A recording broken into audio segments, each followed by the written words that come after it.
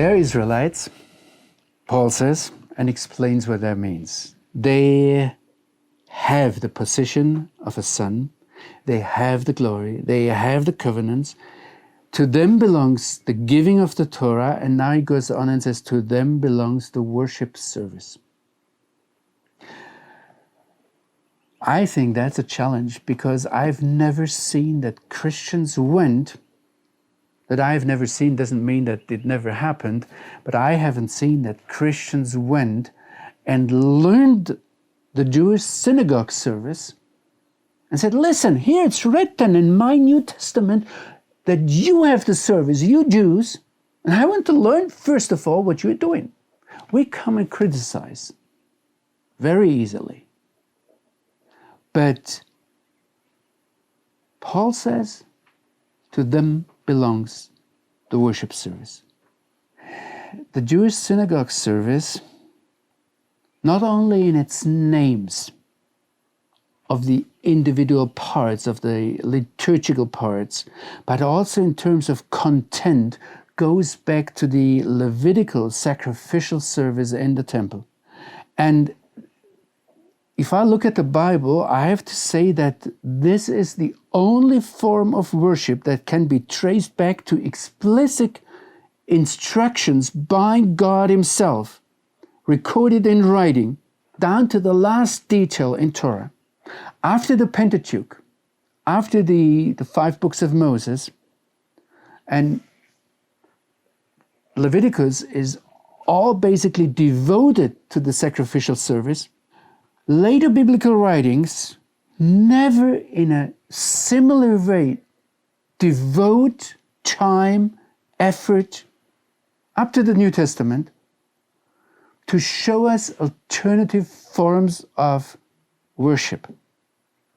Neither Jesus, nor the apostles, nor the early church ever fundamentally distanced themselves from the worship of the Israelites. It's true the temple was destroyed, and I don't think that that is a coincidence. But there was never, from a New Testament point of view, a clear cut. Actually, if you look, the last thing Paul did in Jerusalem before he was arrested and then taken to Caesarea and then taken west later on, the last thing he did was he was offering sacrifices in the temple. And it was never questioned that that was right.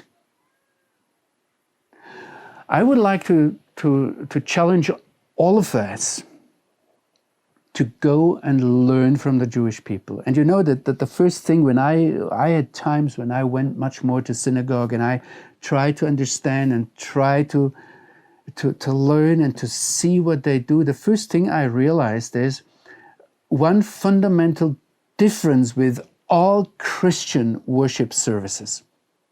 All. If you take the prayer books, also of traditional Christian churches, and it gets much worse, and I say this worse in quotation marks, it gets much worse if you go into modern evangelical or even charismatic worship services. It comes all from our heart. And already the old prayer books of the church fathers, they bring in a lot of dogmatic that you have to check, because it's neither in the Old Testament nor in the New Testament. It's neither in the Tanakh, in Moses, the prophets, and the writings, nor in the tradition that talks about Yeshua and the apostles. So what we have to do, if we're good, faithful Christians, we have to check. You know, what I realized is that a Christian service, if I take it seriously, is very, very demanding. You could never fall asleep in a Christian service, because you always have to be tense and check, is this now in according with the Word of God?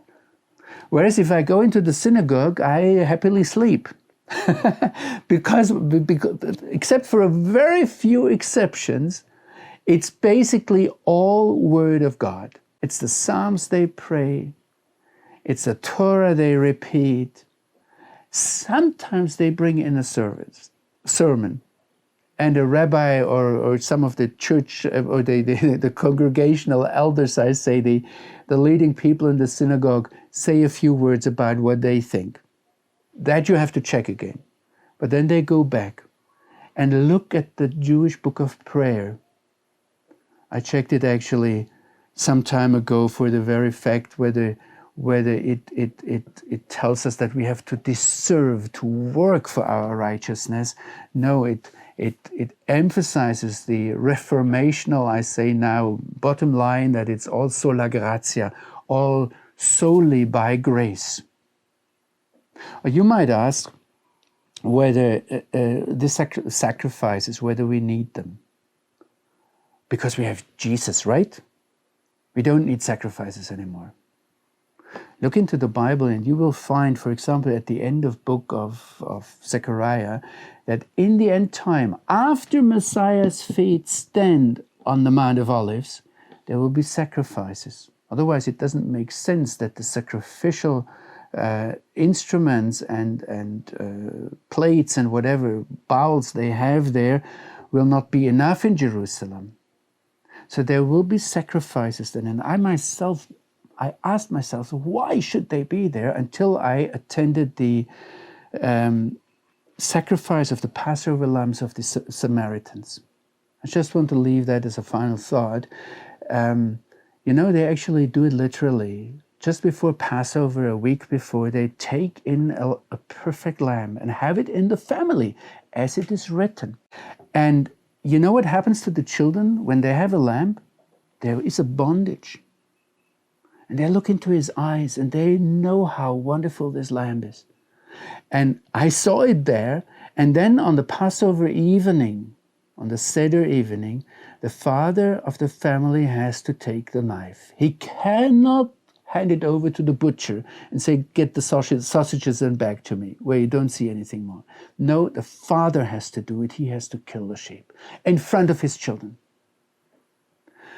Now, this would be a long story to explain to you, and it's an exciting story.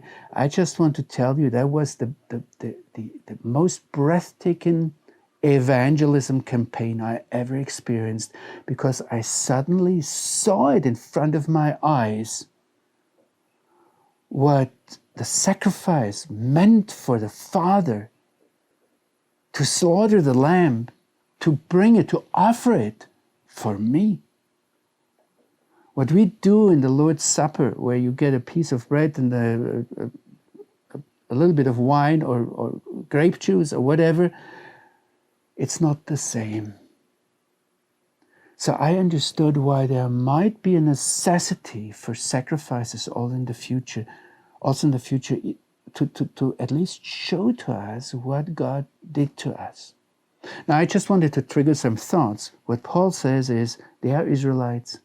If you want to know how I want to be worshipped, says God, go to them, ask them.